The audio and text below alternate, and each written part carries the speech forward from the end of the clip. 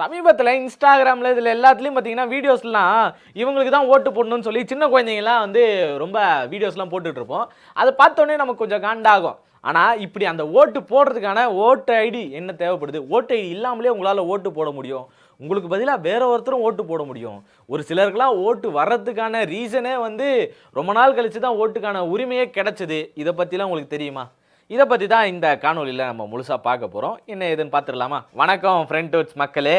இந்த ஓட்டு போடுறதுக்கான உரிமை எல்லா பிரச்சாரங்களும் முடிஞ்சதுக்கப்புறம் ஓட்டு போடணும், யாருக்கு ஓட்டு போடணும் அப்படின்றதுலாம் எல்லாம் டிசைட் பண்ணி வச்சுருப்பீங்க.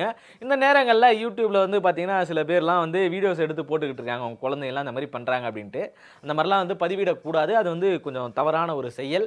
அப்படி தூண்டுகுதல் கூடிய, அதாவது கேம்பெயின் முடிஞ்சதுக்கப்புறம் கேம்பெயின் மாதிரியான எந்த ஒரு வீடியோஸும் போடக்கூடாதுன்றது எலெக்ஷன் கமிஷனுடைய ஒரு ரூல். அந்த ரூலை பிரேக் பண்ணுற மாதிரி யாரும் எதுவும் செய்யாதீங்க. நாளை பின்ன கேஸ் ஆயிடுச்சுன்னா ஒன்றும் பண்ண முடியாது. சரி, இப்படி அவங்க இவருக்கு தான் ஓட்டு போடணும் அப்படின்னு சொல்லி பேசிக்கிட்டு இருக்காங்கல்ல, அதுக்கான காரணம் முதல்ல எத்தனை பேருக்கு வாக்குரிமை இருந்துச்சு, நமக்கெல்லாம் வாக்குரிமை வர்றதுக்கான காரணம் என்ன அப்படின்றது முதல்ல பார்த்துடலாமா? இந்த ஓட்டு போடுற சிஸ்டம் இருக்குல்ல, இது வந்து சோழர் காலத்திலே வந்து ஓட்டு போடுற சிஸ்டம்லாம் வந்துருச்சு அப்படின்னு சொல்லிட்டு இருப்பாங்க. ஆனால் இந்த சோழர் காலத்தில் எப்படி ஓட்டு போட முடியும் அப்படின்னு பார்த்தீங்கன்னா, அப்பயும் இந்த பெரும் முதலாளிகள், இந்த வாணிபம் செய்யக்கூடியவங்க, இவங்களுக்கு மட்டும்தான் ஓட்டு போடக்கூடியதாக இருந்துச்சு. அது கீழே ஒர்க் பண்ணக்கூடிய இந்த வர்ணாசிரம தர்மத்தின்படி இருக்கக்கூடிய சிலர்லாம் இருப்பாங்க இல்லையா, ஒதுக்கப்பட்டவங்க, ஊருக்கு அப்பாற்பட்டவங்க, இவங்கெல்லாம் வந்து ஓட்டு போடுறது வந்து கிடையாது அப்படின்ற சில ரூல்ஸ்லாம் அந்த இடத்துல ஃபாலோ பண்ணிட்டு இருந்தாங்க. இப்படி தான் அந்த ஓட்டு போடுறதுக்கான உரிமைகள்லாம் இருந்துச்சு. காலப்போக்கில் பிரிட்டிஷ் ஆட்சி வருது. பிரிட்டிஷ் ஆட்சியில் முழுக்க அடிமை முறையெல்லாம் இருக்கும். அதுக்கப்புறம் பார்த்திங்கன்னா ஒரு டைம் பீரியடுக்கு அப்புறம் எங்களுக்கு இவர் தான் வேணும்னு பல போராட்டங்களுக்கு பிறகு தான் வந்து வாக்குரிமை அப்படின்றது எல்லாரும் வாக்கு போடலாம். அப்படியும் அதுலேயும் யார் வாக்கு போடணுன்னா இந்த அப்போ இருந்த அதே மெத்தட் தான். முதலாளிகள், வியாபாரம் பண்ணக்கூடியவங்க, இவங்க தான் எங்களுக்கு இந்த தலைவராக வேணும். இந்த சங்கத்து தலைவர்களை தேர்ந்தெடுக்கிறாங்க இல்லையா, எங்கள் கூட்டத்துக்கு இவர் தான் தலைவர் அப்படின்ற தேர்ந்தெடுக்கிற முறை தான் வந்து இருந்துகிட்டு இருந்துச்சு. ஏன் 1890 காலங்களில் 850 காலங்களில் இப்படி தான் இருந்துச்சு. சரி, அதுக்கப்புறம் முன்னேற்றம் அடையுது. அதுலேயுமே வந்து பார்த்திங்கன்னா ஆண்களுக்கு தான் வந்து வாக்களிக்கக்கூடிய உரிமை இருக்குது. அதிலிருந்து அப்கிரேட் ஆகுறாங்க. பெண்களுக்கு வாக்களிக்க வேணும், பெண்களுக்கான உரிமைகள் வேணும் அப்படின்னு சொல்லி 1891 காலங்களுக்கு பிறகுதான் வந்து குரல்கள் எழுப்பப்படுது. பல்வேறு இயக்கங்கள் எல்லாத்துக்கும் குரல் கொடுக்குறாங்க. அப்படி குரல் கொடுக்கும் போது என்ன பண்றாங்க அப்படின்னா, நம்பிக்கையில்லா தீர்மானங்கள் நிறைவேற்றுறது, அந்த தீர்மானங்கள் மேலே உணர்ச்சியில்லா தீர்மானங்களாக தான் இருந்துகிட்டு இருக்கு. 1919 இந்த காலகட்டங்களில் வந்து பார்த்தீங்கன்னு வச்சுக்கோங்களேன், நம்பிக்கை இல்லாத, அதாவது உணர்ச்சியற்ற தீர்மானங்கள் நிறைவேற்றுறது தான் அந்த மாகாணங்களில் செஞ்சிட்டு இருந்தாங்க. எப்படியாச்சும் உரிமை பெண்களுக்கும் வேணும் அப்படின்னு சொல்லி 1921 அப்போ தான் வந்து முதல் முறையாக பெண்களும் வாக்களிக்கலாம் அப்படின்னு சொல்லி கொண்டு வராங்க. முழுக்க அது முதல்ல சென்னை மாகாணத்தில் தான் வந்து நிறைவேற்றப்படுது. அப்போ இருந்த சென்னை மாகாணம், அது சென்னை மாகாணம் கூட கிடையாது, மெட்ராஸ் மாகாணம்னு சொல்லுவாங்க.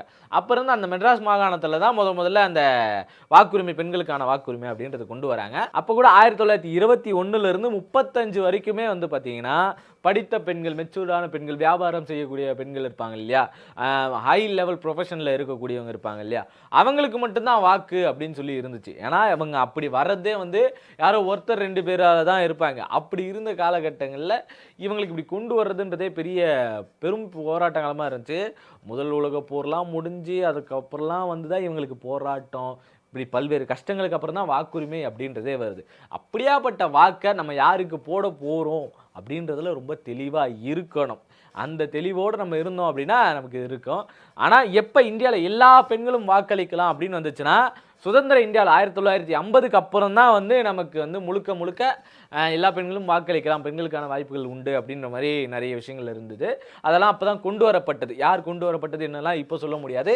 காரணம் என்னென்னா அதுக்கான கட்டுப்பாடுகள் இருக்குது. அதனால் யார் கொண்டு வந்தால் என்ன, இது எந்த கட்சி கொண்டு வந்துச்சு, இதெல்லாம் சொல்ல முடியாது. அது நீங்கள் அந்த காலகட்டத்தில் இருந்த அரசாங்கங்கள் போய் படிச்சிங்க அப்படின்னா தாராளமாக உங்களுக்கே தெரிஞ்சிடும். இது ஒரு பக்கம் இருந்தாலும், இவங்களுக்கான வாக்குரிமைகள் இருந்தாலும், தலித் மக்களுக்கான வாக்குரிமைகள் எப்போ கிடைச்சது அப்படின்னு பார்த்தீங்கன்னா, வாக்குரிமைகள் இவங்க சுதந்திர இந்தியாவில் எல்லாருக்கும் வர வேண்டியது வந்துருச்சு. அவங்களுக்கு போய் சேர வேண்டிய இடத்துல கொண்டு போய் சேர்க்கலை. 18 வயது நிரம்பியவர்கள்லாம் வாக்களிக்கலாம் அப்படின்னு ஒரு சட்டம் கொண்டு வந்ததுக்கப்புறம் இவங்க யாருமே வந்து போய் வாக்களிக்கிறதுக்கான அந்த அடையாள அட்டைகள் எதுவுமே அவங்களுக்கு வந்து கொடுக்கப்படலை.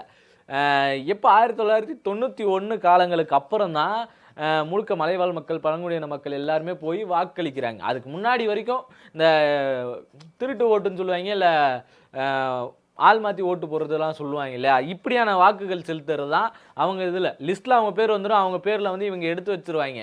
யார் அந்த பெரும் முதலாளிகள் சொல்லக்கூடிய அந்த கட்டமைப்புக்குள்ளே, ஜாதிய கட்டமைப்புக்குள்ளே இருந்தாங்க இல்லையா, அவங்கள யாரெல்லாம் ஒடுக்கி வச்சுருந்தாங்களோ அவங்க எல்லாமே என்ன பண்ணுவாங்கன்னா வந்து ஒரு சின்ன ஏதாச்சும் ஒரு அமௌண்ட் மாதிரி ஏதாச்சும் கொடுத்துட்டு, கூலி மாதிரி கொடுத்துட்டு, வரா உன் ஓட்டு போட்டாச்சே நீ கிளம்பு அப்படின்னு அனுப்பி வைக்கிற ஒரு சூழல் தான் இருந்துச்சு.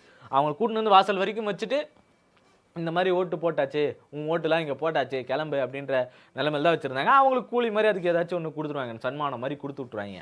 கிட்டத்தட்ட அது வாக்கு திருட்டு அப்படின்னு தான் சொல்லணும். அப்படியான சூழல் தான் கள்ள ஓட்டு போடுறது தான் அன்றைக்கி நிலைமையில் இருந்துச்சு. 91க்கு பிறகு தான் வந்து போராட்டமே நடக்குது. எப்படின்னா வாக்களிக்கிறதுக்கான போராட்டங்களே அதுக்கு அப்புறம் தான் நடத்துகிறாங்க.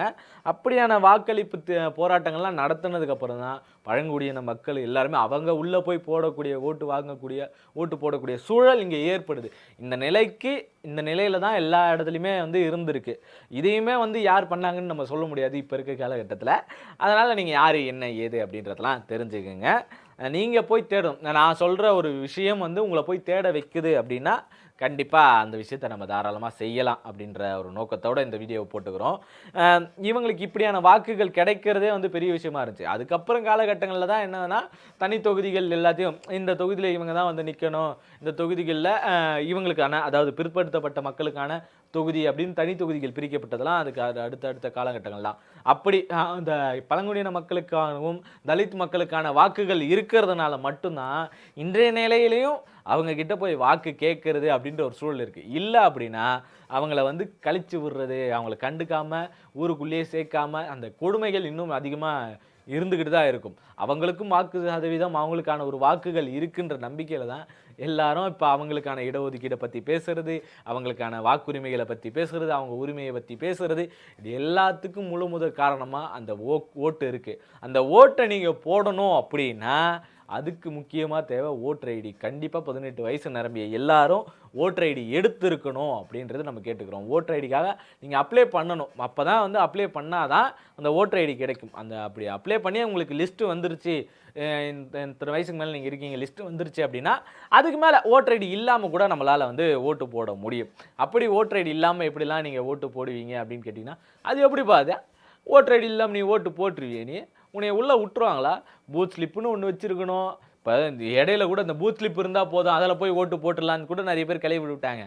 ஆனால் அப்படி எந்த விதத்துலையும் போட முடியாது. எப்போ ஓட்டு போட முடியும் நம்மளால் அப்படின்னு பார்த்தீங்கன்னா ஓட்டர் ஐடி பூத் ஸ்லிப் வச்சுலாம் ஒன்றும் பண்ண முடியாது. அதுக்கு பதிலாக சில ஆவணங்கள், கிட்டத்தட்ட ஒரு 12 ஆவணங்கள் கொடுத்துருக்காங்க, 13 ஆவணங்கள் கொடுத்துருக்காங்க. அதில் வந்து ஒன்று பார்த்தீங்கன்னா ஓட்டர் ஐடி. அந்த ஓட்டர் ஐடியை கழிச்சு விட்டு மீதி இருக்கக்கூடிய 12 ஆவணங்கள் என்னென்ன அப்படின்னு நம்ம பார்த்துருவோம். முக்கியமாக நம்ம இதில் ஒன்று சொல்லணும்னா ஃபோட்டோவோட கூடிய அரசாங்கத்தால் அங்கீகரிக்கப்பட்ட அனைத்து ஆவணங்களும் இதில் குறிப்பிட்டப்பட்டு வந்துடும். அதில் இந்தந்த ஆவணங்கள் மட்டும்தான் ஏற்றுக்க முடியும் அப்படின்னு சொல்லி சிலது கொடுத்துருக்காங்க. அதில் ஒன்று பார்த்தீங்கன்னா ஆதார் கார்டு. ஓட்டர் ஐடி இல்லாமல் ஆதார் கார்டு வித் ஃபோட்டோவோட. எனக்கு என்ன டவுட்னா ஆதார் கார்டில் பார்த்தா நம்ம தானா நமக்கே பெரிய சந்தேகம் வரும். அந்த ஆதார் கார்டு எடுத்துன்னு போய் கொடுத்தாங்கன்னு வச்சுக்கலாம், தம்பி நீ ஓட்டர் ஐடி எடுத்துன்னு வரல, ஆதார் கார்டு எடுத்துன்னு வர, ஆனால் ஆள் பார்த்தா உன்ன மாதிரியே இல்லையப்பா, நான் எப்படிப்பா நம்புறதுன்ற நிலைமையில தான் நம்மளை கொண்டு போய் சேர்த்துருவாங்க. அதுவும் இப்போ இந்த எஸ்ஏஆரில் வேறு ஆதார் கார்டெலாம் வந்து முக்கியமான ஆவணம் கிடையாதுன்னு வேறு போட்டாங்களா, அதெல்லாம் பிரிஞ்சு இந்த எஸ்ஏஆருக்கு அப்புறம் கிட்டத்தட்ட ஒரு 94 லட்சம் பேர் வந்து தமிழ்நாட்டில் ஓட்டர்ஸ் இல்லை அப்படின்ற மாதிரி ஒரு நிலைக்கு போயாச்சு. இவங்களை தாண்டி இப்போ எத்தனை பேர் வரப்போகிறாங்க? 90 லட்சம் பேர்கிட்ட போட்டது, அதை மீறி சில 70 லட்சம் பேர்கிட்ட என்ன பண்ணாங்கன்னா திரும்ப எனக்கு ஓட்டு இருக்குது அப்படின்னு சொல்லி எடுத்துருந்தாங்க. அவங்களுக்குலாம் திரும்ப கிடைச்சதா கிடைக்கலையான்ற பெருந்தகவல்கள் காணாமலே போயிடுச்சு. அது வந்துருச்சு வரலன்றதெல்லாம் போயிடுச்சு. எஸ்ஐஆரில் உங்கள் லிஸ்ட்டு இருக்கா அப்படின்றதையும் மறக்காமல் கமெண்டில் சொல்லிட்டு போயிடுங்க, உங்களுக்கு ஓட்டு இருக்கான்ட்டு. அப்புறம் நான் ஓட்டு போடுவேன் எனக்கு வரவே இல்லை, எனக்கு ஸ்லிப்பு வரல, அது வரலன்னு சொல்லி புலம்பிட்டு நிற்காதீங்க. அடுத்த என்னன்னு பார்த்தீங்கன்னா பேன் கார்டு. நம்ம பேங்க்கில் யூஸ் பண்ணக்கூடிய பேன் கார்டு இருக்கு இல்லையா, நம்ம கடன் வாங்குறதுக்கு இது எல்லாத்துக்கும் நம்ம சிபில் ஸ்கோர்லேருந்து எல்லாமே அந்த பேன் கார்டில் ரிஜிஸ்டரில் இருக்கும். அந்த பேன் கார்டு அது நம்ம வச்சு ஓட்டு போடலாம். அதுக்கு அடுத்து பார்த்தீங்கன்னா பாஸ்புக் இருக்கு இல்லையா, பேங்க் புக்குனா உடனே நீங்கள் யோசிச்சிடக்கூடாது, என்கிட்ட இந்தியன் பேங்க் இருக்குது, என்கிட்ட ஸ்டேட் பேங்க் இருக்குது, என்கிட்ட ஐசிஐசிஐ இருக்குது, என்கிட்ட கனரா பேங்க் இருக்குது, நான் பஞ்சாப் யூனியன் பேங்க் வச்சுருக்கேன், இப்படிலாம் சொல்லி எடுத்துன்னு போயிடாதீங்க, உங்களை துரத்தி விட்ருவாங்க. அதாவது சென்ட்ரல் கவர்மெண்ட்டால் கொடுக்கப்பட்ட போஸ்ட் ஆஃபீஸோடைய பேங்க் ஸ்டேட்மெண்ட் இருக்குல்ல, போஸ்ட் ஆஃபீஸில் நீங்கள் மணி சேவ் பண்ணியிருப்பீங்களா, அதோடைய பாஸ்புக் இருக்கு இல்லையா, அந்த புக்கை வச்சு நீங்கள் ஓட்டு போட்டுக்கலாம். அதுக்கான வாய்ப்புகள் இருக்குது. ஃபோட்டோவோடு இருக்கணும், அது ரொம்ப முக்கியம். அடுத்து வந்து பார்த்தீங்கன்னா யூனிக் டிசேபிலிட்டி ஐடி கார்டு அப்படின்னு சொல்லுவாங்க. மாற்றுத்திறனாளிகளுக்கான ஒரு ஐடி கார்டு கொடுத்துருப்பாங்க இல்லையா, அந்த கார்டை வச்சும் உங்களால் ஓட்டு போட முடியும். கண்டிப்பாக 18 வயசுக்கு மேலே இருந்தால் தான் அதுவும் முடியும். அவங்களுக்கான ஓட்டு போடுறதுக்கான ஐடியா அதுவும் இருக்கும். யார் யாருக்கெல்லாம் பார்வை மங்கலா உள்ளவங்களுக்கு, அது மட்டும் இல்லாமல் அவங்களுக்கு வந்து ஓட்டுக்கு தனியாக கூட ஒரு ஆள் வந்து போடுற மாதிரி அந்த சிஸ்டம் இருக்குது. அந்த சிஸ்டமேட்டிக் படி தான் நீங்கள் போடணும். அதுக்கெலாம் முன்னாடி அப்ளை பண்ணணும். எலெக்ஷன் கமிஷனில் அந்த வெப்சைட்டில் அப்ளை பண்ணணும். அதையும் சேர்த்து ஞாபகமாக பண்ணிடுங்க. நேரத்துலாம் பண்ணி முடிச்சிருக்கணும். அதுக்கப்புறம் வேறு என்ன அப்படின்னு பார்த்தீங்கன்னா பாஸ்போர்ட்லாம் வெளிநாடுக்கெலாம் போகிறீங்க இல்லையா, அந்த பாஸ்போர்ட் வச்சு ஓட்டு போட்டுக்கலாம். அதுக்கப்புறம் டிஎல், கண்டிப்பாக டிரைவிங் லைசன்ஸ் வச்சு நீங்கள் உங்களால் வந்து ஓட்டு போட முடியும். டிரைவிங் லைசன்ஸ் அப்படின்னு எடுத்துக்கிட்டால் 18 வயசுக்கு மேலே இருக்கவங்க தான் பண்ண முடியும். அதனால் அது கீழே இருக்கிறவங்களால யாராலையும் பண்ண முடியாதுன்றது தெரிஞ்ச விஷயந்தான். கண்டிப்பாக அந்த டிரைவிங் லைசன்ஸு உங்கள் ஊருக்குள்ளே இருக்கக்கூடிய அட்ரஸில் இருக்கணும். நீங்கள் எங்கே ஓட்டு போடுறீங்களோ அந்த அட்ரஸில் இருந்தால் தான் நீங்கள் வந்து ஓட்டு போடுறதுக்கான வாய்ப்புகள் இருக்கும். அதுக்கு அடுத்து பார்த்தீங்கன்னா கவர்மெண்ட்டோடைய எம்ப்ளாயாக இருக்கக்கூடிய, அதாவது மாநில கவர்மெண்ட் இல்லை சென்ட்ரல் கவர்மெண்ட்டு இருக்கக்கூடிய, ஸ்டேட் கவர்மெண்ட் சென்ட்ரல் கவர்மெண்ட்லேருந்து நீங்கள் ஒரு ஒர்க் பண்ணுறீங்க, அந்த சென்ட்ரல் கவர்மெண்ட் ஸ்டாஃபாக நீங்கள் அப்படின்னா நீங்கள் அந்தோடைய ஐடி கார்டு இருக்கு இல்லையா, அந்த ஐடி கார்டை வச்சு கவர்மெண்ட் சீலோடு இருக்கக்கூடிய ஐடி கார்டை வச்சு நீங்கள் ஓட்டு போட்டுக்கலாம். அதுக்கான வாய்ப்புகள் அதிகமாக இருக்குது. அதுக்கப்புறம் மூத்தவர்களாக இருக்கீங்க, எப்பா என் ஓட்டர் ஐடி எங்கேயா வச்சிட்டம்பா காணம்பா அப்படின்னீங்கன்னா பென்ஷன் கார்டை கண்டிப்பாக மறக்காமல் வச்சுருப்பீங்கல்ல. வயது முதிர்ந்தவருக்கான அந்த பென்ஷன் கொடுக்குறாங்க இல்லையா, அந்த கார்டு வச்சுருப்பீங்க, அதோடைய ஐடி கார்டு. அந்த கார்டை வச்சும் நீங்கள் வந்து ஓட்டு போட்டுக்கலாம். அது மட்டும் இல்லாமல் இன்னும் சிலது இருக்குது, இன்னொரு 3 இருக்குது, அதையும் சேர்த்து சொல்லிடுறேன். Smart card RGI, under control of NPR அப்படின்னு சொல்லுவாங்க. அது என்ன அப்படின்னு பார்த்தீங்கன்னா, இந்த கடலோர இருக்கக்கூடிய 3331 கிராமங்கள் இருக்குது, அந்த கடலோர வாசிகள்னு சொல்லுவாங்க இல்லையா, அவங்களுக்கு திடீர்னு ஏதாச்சும் ஒரு பாதுகாப்பு, அவங்க மீனவர்களுக்கான பாதுகாப்புக்கான ஒரு அடையாள அட்டை கொடுத்துருப்பாங்க. அந்த அடையாள அட்டையை வச்சும் நீங்கள் வந்து ஓட்டு போட்டுக்க முடியும்.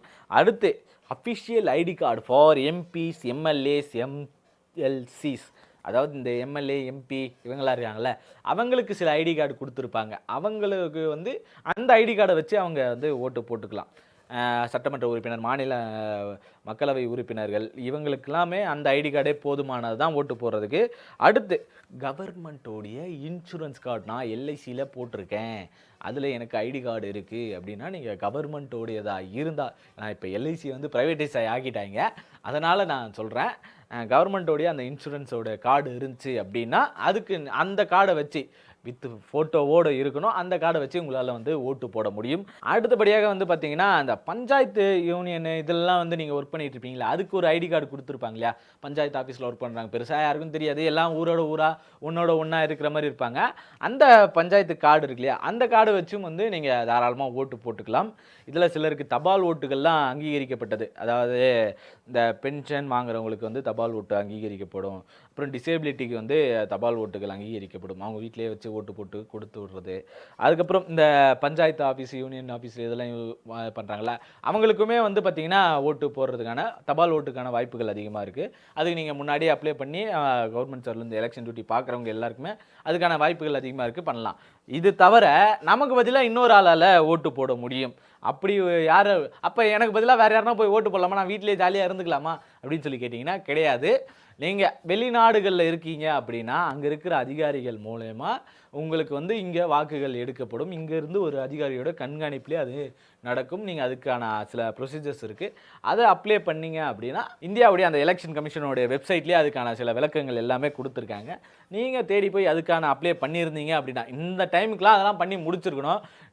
மறுநாள் எலெக்ஷன் வச்சுட்டு இன்றைக்கி போய் அப்ளை பண்ணணும் அப்படின்னு நினச்சிங்கன்னா அதுக்கு நடக்கிறதுக்கான வாய்ப்பு கிடையாது.